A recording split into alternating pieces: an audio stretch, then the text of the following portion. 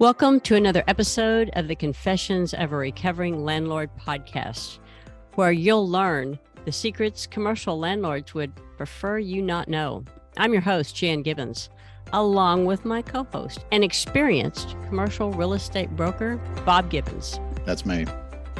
Brought to you by Riata Commercial Realty, where we exclusively represent users of office and warehouse properties. Landlords have representation. Do you? Hello to all our listeners. Today, we're going to brag. This is our 100th episode of the podcast. Wow. Did anyone think we'd make it this long? Not me. Did you think anyone would be listening? Not still. Is anyone listening? I'm not sure. Anyway, for our 100th episode, we thought it would be really neat to talk about collabs. Collaborating with others. Oh, COLLABS. They're like labs. I'm like, well, what, the chocolate ones, the black ones? No, collaborations where people work together, unlike what you and I do. So the one we wanted to talk about today is residential real estate. And you're going to say, no, you do commercial. And I do commercial. But today we're going to talk about residential. Can you tell me how Riata collaborates with residential realtors, or why would they want to? Well, yeah. So, so we're not collaborating with residential real estate, but residential agents. And what we're residential realtors. Well, at the last you did, but previously you were just saying residential real estate. So our 100th and last podcast. Far be it from me to point out details. All right. So residential real estate agents, the way we primarily interact with them is through referrals, because, residential real estate agents get to know their clients really well. They know, both spouses, they get to know their kids in many cases. They know where they work, where they've come from, where they're going. So they know all kinds of personal stuff about them. And so it's a perfect opportunity for them to also be asked by their client, or to offer to their client, to solve their business real estate needs or their investment real estate needs, or, whatever commercial needs there are. But they're not usually equipped to deal with that. And some of them will have a commercial real estate division, maybe. Most of the time, those people are going to be generalists. They're not really specialists at any one thing. But anyway, so as we work with these residential agents, they will refer their clients to us when they have a commercial need, specifically a corporate real estate need. And then we're able to give them a referral fee. So that's the way we mostly do it. And recently, you and another one of our agents, Christy, did a presentation at a local residential realtor, and it was really fun. It was the perfect setup. I kind of want you to flesh that out for the listeners. Well, I mean, we basically just, most residential shops, and even commercial shops for that matter, will have a weekly or monthly or biweekly meeting where they have all their agents come in together, and they have some sort of, teamwork kind of thing, or some training of some sort. And continuing ed, that kind of thing. Yeah, continuing ed. So what we did is we put together a presentation on how residential real estate agents could benefit from the existing relationships that they have already. And so the cool thing on that particular one was it was a pretty nice high-end agency, and one of their agents had given us a referral 2.5 years previously. And she'd actually even forgotten she'd given us the referral, quite honestly. And so we made the presentation explaining, what is commercial real estate? Because, that's the first step, is like, all right, what is commercial? I understand what residential is, but what is commercial? Because there's a lot of categories within commercial. There's office and industrial and retail and hospitality and land, and I mean, on and on. Plus there's specialty services like us, where we're a corporate real estate advisor. We don't really want listings if we can help it. So, there's a lot of specialization in commercial. So a lot of the presentation is educating them on what that is and why people in commercial specialize so much. And so we go through that presentation. We have photos and everything, and we explain to them what we do and why and all this kind of thing. And anyway, at the end of the presentation, we called this woman up. Wait, back into that, because this was the fun part. You had it was a PowerPoint presentation. You had it up on the wall, quite a few agents were in the room, and you gave an example. Oh, I see. Something that was about to close and how it would, you went through all the formulas. Yeah. So showing them what the commission was and how the person who, if you had referred this deal to us, this is the amount of money you would have made. And so that's what then of course, then we said, and by the way, we called this woman up and we said, we'd like to present a check to her. And I think the check at that time was like $22,000 for her referral fee. And so somebody pointed out, well, man, that's like having sold I think it was a $750,000 house or something like that. It was, much higher than the average house in the area at the time. And so she was pretty excited about it. Of course, the other agents were excited about it. And we got some more referrals as a result, which of course was the goal.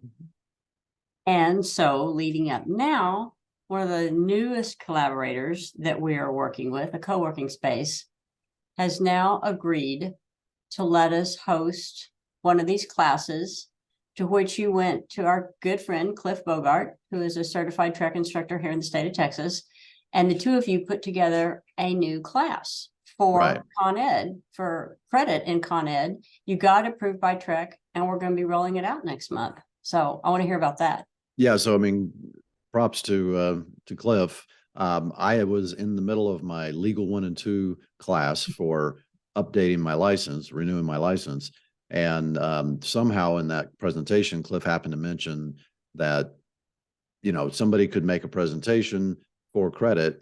If they wanted to do it, they would have to do it through an existing provider, or they would have to become a provider, meaning a provider of continuing education through the Texas Real Estate Commission, but that they could also just do it through an existing provider.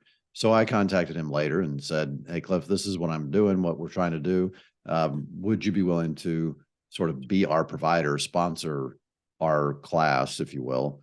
And he's like, yeah, absolutely. So we met, went through the whole process, made an application for this class to be able to give 1 hour of continuing education credit to not just residential realtors, but anybody with a license, real estate license. If they go through this class, they get an hours of continuing education credit. And what was funny is that when I described for Cliff what it was that we were going to be talking about, he's like, oh, wow, I did a class like that years ago.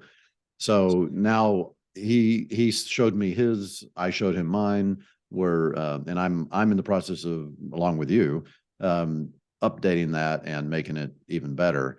And so, it's a great collab, because now we're collaborating with Cliff to provide the education, to be certified for the education. We're collaborating with the co-working company to create a class that they can provide to their residential realtor tenants.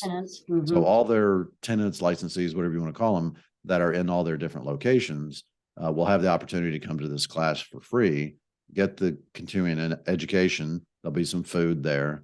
And so we're going to do the first one. In fact, we just booked it earlier today for July 25, I think it is.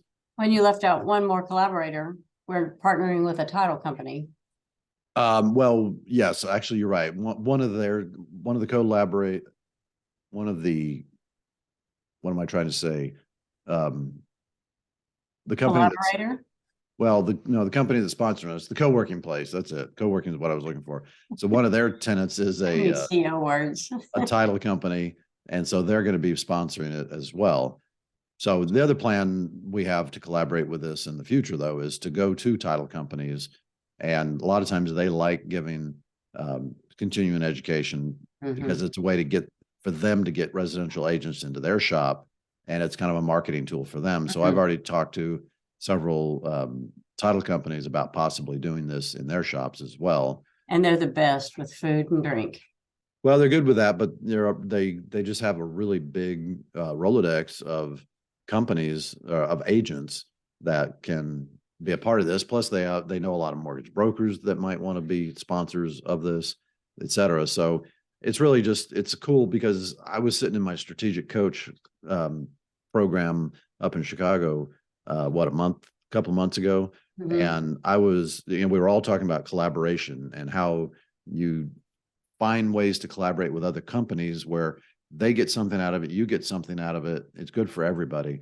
And I was sitting there like, how in the world are we going to do that? I can't think of a single collaboration that we can do. And then we're in this co-working place where we have a membership, and you and one of the owners of that are talking, and this came out of that discussion. So it was really cool that, I'm sitting in the class with strategic coach thinking about this. You and I talk about it. You go run with it with the co-working people and set this thing up. And then we end up collaborating with a guy I've known for 25 years, Cliff Bogart. And, anyway, You're an cool. includer. I'm a collaborator. Yeah, no, it felt like everyone is there to help us because they like doing that and it helps them. And it's just kind of a community. And I really like that concept of it. I also really kind of like the tagline that you use, basically, is helping a residential realtor make money by opening their Rolodex. Because it's like you said, they've almost created an intimacy with their clients because they deal with them where they live. We deal with our clients where they work. I've been thinking about a way to create a better name for this thing, because in the past I think I called it something like passive income for residential realtors or something like that. I kind of like leveraging existing relationships for new income. Yeah, I like that too. So I think I'm gonna have to write that down. Well, it's no extra work on the residential realtor's part. They pick up a phone and make a call. That's it. They've already created the relationship. And they're doing that anyway, because, Right. they're trying to stay in touch with their existing clients to get referrals for other business in the future to their kids, their other family members. So. Yeah, we have written down, some of the benefits of referring clients for the residential agents. And of course, it's additional revenue, obviously, is number one. The other thing I really like is enhanced client satisfaction. Yeah. I always want my clients to call me, text me, email me if they have a question to do with anything that touches real estate. Right. I need a banker. I'll call Jan. I need an interior designer. I'll call Jan. I need this. I'll call Jan. Yeah. Because I'm going to refer them to all my partners, and all my partners are vetted. I trust them. I know them. I know their work. And it just keeps me in the loop, and it keeps my partners in the loop. And it's a kind of a one-stop shop for my client. Well, this is what we're helping provide for that residential realtor. Yeah. It increases their Rolodex and makes them be a one-stop shop for all of their clientele. Well, and also it's a way to expand their area of expertise. And so it's kind of like what you're saying, where, when somebody says real estate, all those of us who are service providers in real estate want to be the first thing. We want to be the first top of mind thing. Right. And so, even though we might be the top of mind that you're saying, we're not necessarily going to be able to do all those things. So we'll refer it out to the expert.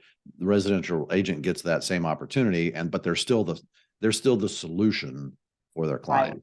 Right. Even though it's not them doing the actual assignment necessarily, but they're still the conduit to the solution. They're the godfather. I know what you mean. Okay. So what are some of the best practices for referring clients?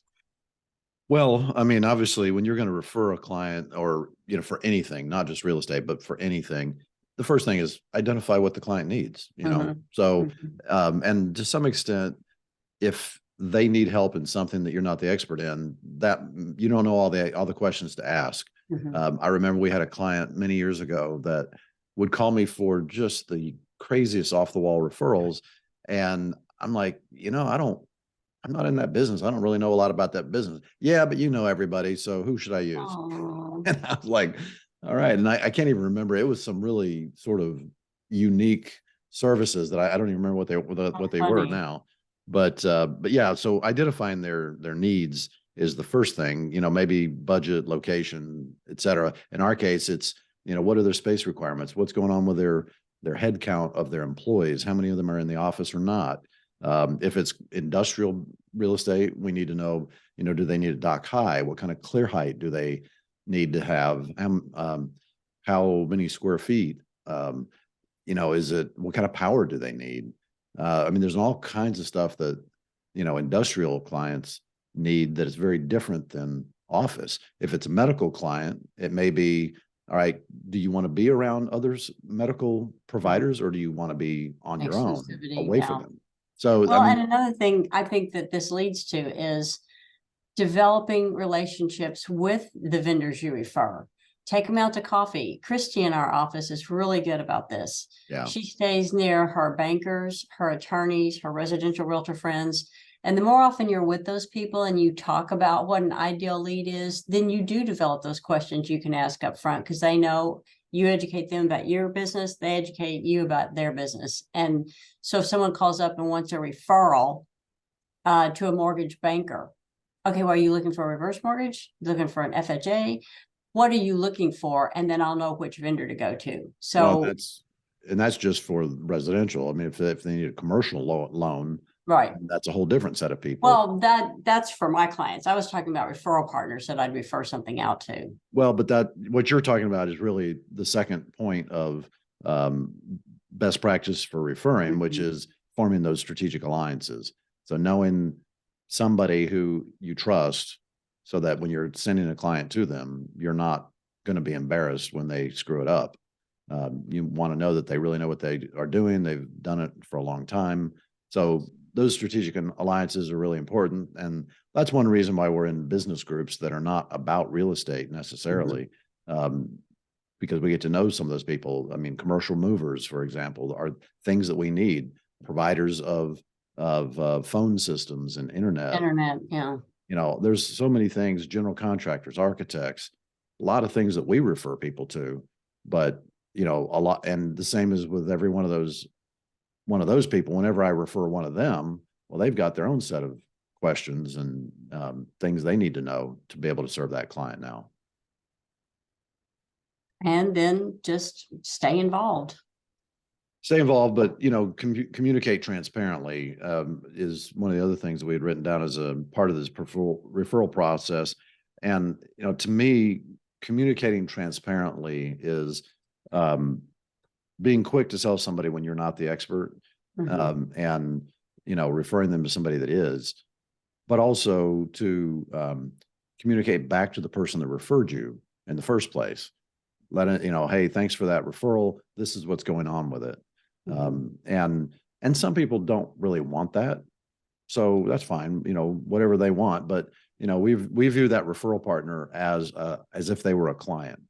We got the business because of her or him, and therefore we want to be respectful of that and keep them in the loop.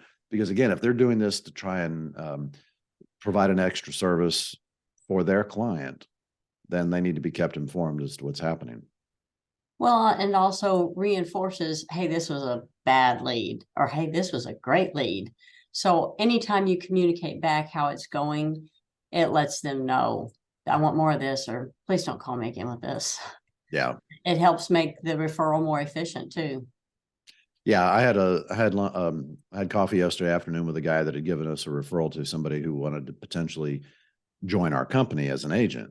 And he's like, so whatever happened to so-and-so, threw out a name. It'd been quite a while since I'd talked to her, and it took me a few minutes to remember and kind of look up the email exchange. And I was like, yeah, I'd actually interviewed her, but she decided that this really wasn't the right solution for her, because, in our business, it takes a while for a deal to turn into money. And she just wasn't in a position to withstand that kind of a delay. So she decided not to. But the fact that I could look that up and communicate to him was important. So now he knows, hey, you can go work here. Do you have ramp up time? Well, yeah, because that's the loop of the communication is, like you said, they give us a referral, we tell them thank you, and that's not good for me, but I'm not the best person to solve that need. Let me refer you to somebody that is. And that's one of the nice things about it for residential real estate agents, by the way, is whenever a residential agent gives us a referral, we're allowed to pay them a referral fee. Oh, yeah. Because they have a license. If we get that same referral from a CPA or somebody who sells phones for a living and doesn't have a real estate license, we're not allowed legally to give them a referral fee. So we definitely stay within the law. But if we get a referral from a residential agent and we're not going to be the service provider, I'm going to refer her. Let's assume it's a residential agent, it's a woman. She sends me this referral. I'm not the best solution. Let's say it's a retail tenant or somebody that needs a restaurant. I'm going to refer her to another commercial agent who specializes in that and say, you two talk directly so you get the referral fee, Right. not us. You don't want to make the commission so skinny that it's not worth anyone's time. I mean, we add nothing to it. We just introduced a couple of people that maybe can work together. But it gives me an opportunity to make sure that there's potentially some money coming to the referral person where it originated, but also to educate on what it is we do want. This is why I'm not the best suited to solve this need, but this is, call me back whenever you have somebody who needs office space, medical space, warehouse space. That's what we do. We're not doing the retail. We're not doing the restaurants. We're not doing hotels, this kind of thing. So I'm going to want to follow up on this podcast with a second one after the first one or two road shows that we do this collaboration with, of where Cliff is teaching and we're holding it at a co-working place and all that. I'm very anxious to see how that pans out. And I know that our 14 listeners are going to want to hear about it too. Well, and mom, but we'll not even mom. we'll follow up if they turn out really well. If not, you'll never hear from us again about it. It's going to turn out well. Kind of like those 5-star ratings we want. If it's 5-star, great, bring it on. If it's not 5-star. So as for our 100th episode, I'd like to ask everyone to leave us a 5-star review, and I'll pay everyone who does $5 in Monopoly money. It'll be Monopoly money, but it'll be $5 or Park Place, whichever you prefer. Well, I don't know, maybe $5 real dollars in crypto, maybe crypto dollars. Because you got a bunch of crypto. Yeah. Well, we're going to sign off now, but we thank you for listening. We thank you for your time, and we enjoy being here with you. Bye. Thank you for listening. And just a reminder to send in questions to see if we can stump Bob. Not going to happen. We really appreciate your taking the time to tune into this episode. We would love it if you would give us a 5-star rating on whatever platform you're listening to this on. And if you are on our YouTube channel, we would love to read your feedback in the comment section. Also, be sure to subscribe so you get notified when we publish new episodes. Thanks, and see you next time. Bye.